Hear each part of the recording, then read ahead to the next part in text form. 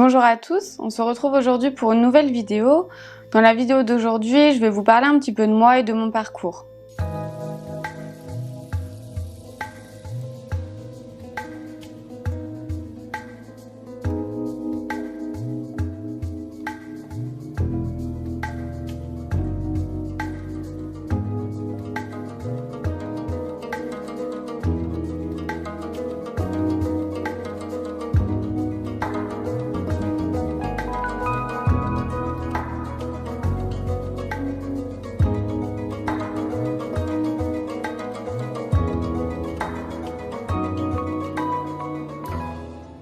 Alors pour commencer, après mon bac, j'ai réalisé un BTS technico-commercial dans la mode et le développement durable.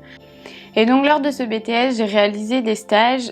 Je me souviens plus exactement du temps, mais j'ai dû réaliser environ 10 mois de stage. Je l'ai réalisé dans la même entreprise, donc c'était une entreprise de textile sportif. Et suite à ça, j'ai commencé réellement à m'intéresser un petit peu plus au monde du sport, etc. J'étais un petit peu obligée dans l'entreprise dans laquelle j'évoluais, il y avait quand même beaucoup de sport. Les personnes avec qui j'étais entourée parlaient également beaucoup de sport. Ils pratiquaient tous en grande majorité un sport. Et voilà, les échanges tournaient beaucoup autour du sport, donc ce qui paraît aussi un petit peu normal quand on travaille dans une entreprise. On aime bien être en adéquation avec les valeurs, les centres d'intérêt, etc. de l'entreprise de base, dans la mesure du possible, bien entendu. Donc du coup, j'ai commencé vraiment à m'intéresser un petit peu plus au monde du sport. Moi qui de base n'étais pas très sportive, j'ai fait beaucoup de danse quand j'étais plus jeune. Et arrivée en études supérieures, j'ai arrêté complètement le sport, complètement la danse, etc. Et donc suite à ce stage-là, sur mes 2 ans de BTS, j'ai voulu intégrer une licence management du sport. Donc c'est une licence TAPS, un cursus management du sport. Donc je n'ai pas fait les 2 premières années de STAPS qui sont très dures. J'ai directement intégré la L3 vu que c'était vraiment axé sur le management, sur le marketing, la communication, etc. Donc j'ai intégré cette L3 et ensuite j'ai voulu continuer mes études et j'ai réalisé pareil un master management du sport option événementielle. Donc c'est vraiment des études qui m'ont plu. Alors les gens souvent ont du mal à voir le lien entre le BTS et ma licence et mon master, mais du coup quand je leur parle de mon stage, c'est beaucoup plus compréhensible et tout de toute façon se rejoint. Les matières que j'avais en BTS, je les retrouvais en grande partie en management du sport. Donc voilà, tout est lié. Et donc durant mon master management du sport, donc sur les 2 ans, j'ai eu 10 mois de stage également à peu près, si je me trompe pas. J'avais peut-être un petit peu moins en BTS, peut-être 6 mois en BTS, je me suis trompée. Et donc là j'avais 10 mois en master de stage que j'ai réalisé encore une fois pareil dans la même structure. Cette fois-ci c'était dans une structure associative, donc où j'ai réalisé les 10 mois, j'avais différentes missions, c'était vraiment très intéressant.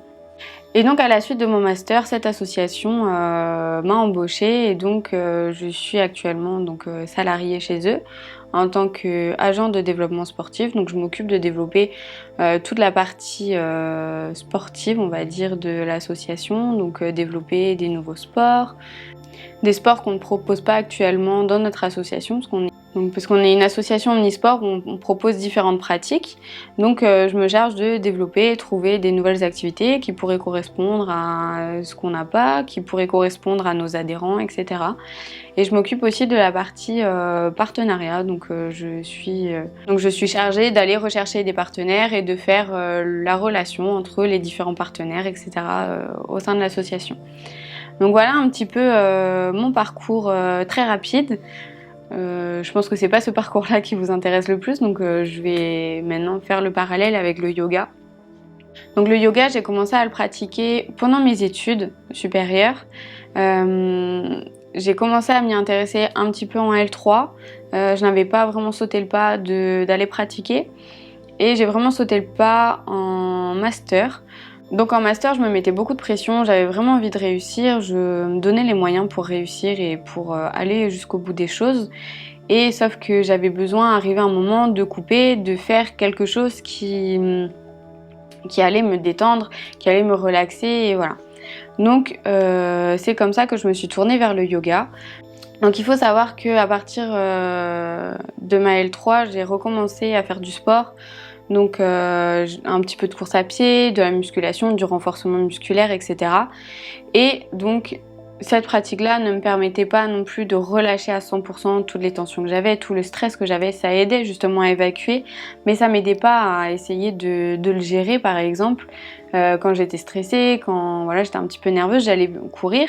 Donc voilà, sur le moment, ça me faisait du bien. Mais par exemple, lorsque j'avais des oraux, etc., je pouvais pas m'enfuir et aller courir. Donc il fallait que je trouve quelque chose qui m'aide justement à relâcher durant les oraux, durant les examens où j'étais complètement stressée et pas paniquée, mais voilà, j'étais complètement stressée de ces études, de ces examens. Donc il fallait que je trouve une pratique, que je trouve quelque chose qui m'aide moi à moins stresser et à être plus en mesure de gérer mes émotions, mon stress et tout ce qui se passait à l'intérieur de moi pendant ces examens-là. Donc connaissant certaines personnes de mon entourage qui pratiquaient le yoga, mais aussi en voyant beaucoup passer sur les réseaux sociaux, sur YouTube, etc., j'ai commencé à m'intéresser un petit peu au yoga. Je me dis bon bah ça peut être une pratique que je peux essayer, que voilà ça peut peut-être m'aider. Bon je voyais que ça travaillait la souplesse, c'était quelque chose qui me manquait encore un petit peu à ce moment-là, qui me manque encore aujourd'hui, mais voilà chacun son degré de satisfaction. Je pense que plus on évolue dans une pratique sportive et plus on a envie d'aller au-delà de ce qu'on sait faire au moment T. Et donc c'est pour ça que j'ai commencé le yoga, j'ai voulu tester un cours, je me dis bon bah ça peut pas me faire de mal, ça va, voilà, donc c'était en janvier, donc je me dis voilà, je prends des bonnes résolutions, j'essaye de vraiment rester focus sur mes objectifs de bien-être, mais aussi physique, parce que voilà, le sport, le yoga ou n'importe quel sport aide également à avoir un physique qui peut peut-être plus nous correspondre ou alors à mieux se sentir dans sa tête. Donc voilà, j'avais vraiment besoin de ça à ce moment-là, de mieux me sentir, que ce soit physiquement, mentalement, etc. Donc j'ai commencé le yoga, j'ai fait mon premier cours et ça a été une révélation. J'ai vraiment tout de suite adoré, ça m'a fait énormément de bien. J'ai fait mon premier cours sur YouTube parce que à l'époque j'étais étudiante, pas trop les moyens, je savais pas si ça allait me plaire, etc. Donc j'ai commencé sur YouTube pour voir ce que ça pouvait être, à quoi ça ressemblait, un cours de yoga, etc. Et j'ai vraiment adoré. Ça a été, comme je vous le disais, donc une révélation. Ça m'a fait un bien fou. Je suis ressortie du cours, j'étais chez moi, mais je suis sortie de ce cours-là. J'étais dans un bien-être profond, j'étais complètement relâchée, j'étais détendue, j'étais bien avec moi, j'étais bien avec moi-même, j'étais en paix, voilà, tout allait mieux, c'était ça a vraiment été une révélation. Alors, c'est pas le cas pour tout le monde, vous aurez peut-être pas cette sensation-là quand vous allez faire un cours de yoga, mais moi à ce moment-là, c'était ça qu'il me fallait, c'était ça que j'avais besoin et je m'en suis aperçue tout de suite. Et donc après avoir commencé cette première séance où ça m'a vraiment plu, je me suis mise à faire tous les matins, un petit peu. Je faisais 10 minutes de yoga tous les matins et ça me faisait un bien fou. C'était ma manière à moi de me réveiller. Et alors, comme certaines personnes qui prennent leur café dès le réveil et qui sans café ne sont pas réveillées, je suis arrivée à un moment où quand je ne faisais pas de yoga, je n'arrivais pas à me réveiller. Donc le yoga m'aidait vraiment à me réveiller, que ce soit physiquement, mais aussi mentalement. Ça m'aidait à m'éveiller, ça m'aidait à prendre du temps pour moi. C'est-à-dire que je me réveillais le matin, j'allais pratiquer pour moi. Et je prenais vraiment ce temps-là pour moi, pour mon corps, pour mon esprit. Et c'est quelque chose qui me faisait extrêmement du bien. En ce moment, j'ai beaucoup de mal à réinstaurer cette routine que je m'étais instaurée au tout début où j'ai commencé à pratiquer le yoga. Parce que maintenant, je pratique beaucoup, par exemple rien que pour les vidéos YouTube où des fois je tourne 4 à 8 vidéos par jour, donc je pratique beaucoup. Donc le matin quand je me réveille, je sais que je vais avoir une grosse journée où je vais faire que du yoga. J'ai pas spécialement envie de me réveiller tout doucement en faisant du yoga parce que je sais que je vais le faire par la suite. Donc voilà, donc j'ai commencé comme ça, donc je faisais 10 minutes tous les matins. J'ai commencé aussi à faire un petit peu plus de cours en ligne. J'ai uniquement pris des cours en ligne au tout début et même encore jusqu'à présent, j'ai rarement fait des cours en studio.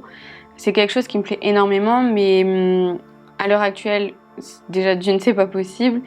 Mais c'est vraiment quelque chose que j'aimerais m'instaurer et me dire qu'il faut que je fasse, d'aller voir d'autres cours parce que ça permet d'ouvrir ses horizons, de voir d'autres manières de faire, d'autres manières de pratiquer, aller pratiquer un yoga que je ne pratique pas moi, chez moi.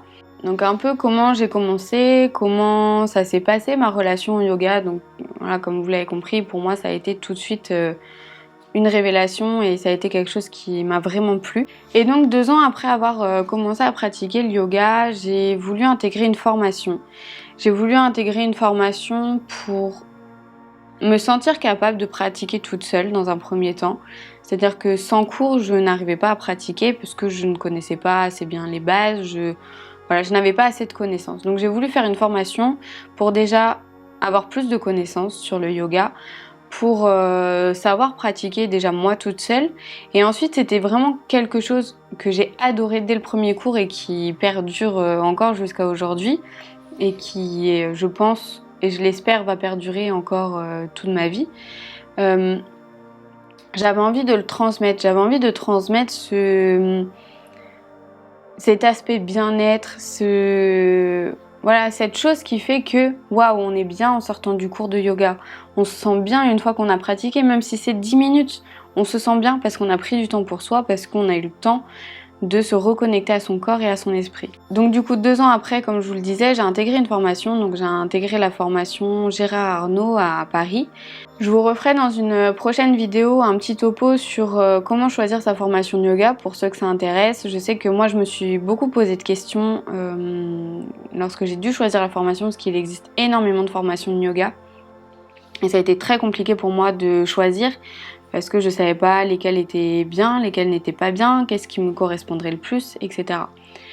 Donc du coup, dans une prochaine vidéo, je vous expliquerai un petit peu comment choisir sa formation et je vous ferai un petit débrief sur moi, ma formation, comment elle s'est passée, qu'est-ce que j'en ai pensé, qu'est-ce que j'en ai sorti. Et voilà. Et donc après la formation, donc ça a été une formation qui a été très courte et très intensive. Ce format-là ne convient pas forcément à tout le monde. Moi, c'est un format qui me convenait tout à fait. J'aime bien faire les choses à fond quand je commence à les faire. Donc du coup, moi, ça me dérangeait pas. Il y en a qui ont besoin de beaucoup plus de temps entre chaque session de formation. Et donc après la formation, une fois que je l'ai terminée, donc on avait un petit mémoire, on va appeler ça comme ça, à fournir et pour que vraiment ça valide le diplôme. Et durant ce laps de temps-là, en fait, le temps que ça soit validé, que je prenne le temps de l'écrire et que ce soit quelque chose, un document qui me corresponde, qui m'aille, j'ai commencé à donner des cours à mes collègues, à mes proches. Donc ça m'a aidé un petit peu à me former. Alors c'était pas aussi pro, on va dire, et aussi bien construit que ce que ça peut l'être aujourd'hui. Et puis je vais constamment m'améliorer parce que voilà, c'est comme ça qu'on fait dans notre vie. On fait des erreurs, on fait des choses, on apprend des choses au fur et à mesure de les faire. Je sais que mes cours que je fais cette année, de septembre à maintenant, ne sont pas du tout les mêmes. J'ai évolué dans ma manière de pratiquer, dans ma manière d'enseigner, dans ma manière de transmettre les choses. Donc voilà, tout ça évolue de toute façon au fil du temps, même si ça reste sur les mêmes bases, on évolue et on essaye d'affiner un petit peu plus sa manière de transmettre ce qu'on a envie de transmettre. Et donc après avoir donné des cours à mes proches, etc., j'ai voulu me lancer un petit peu plus fortement sur le yoga, donc sur l'enseignement du yoga. Donc donc maintenant j'ai des groupes où je donne des cours de yoga chaque semaine.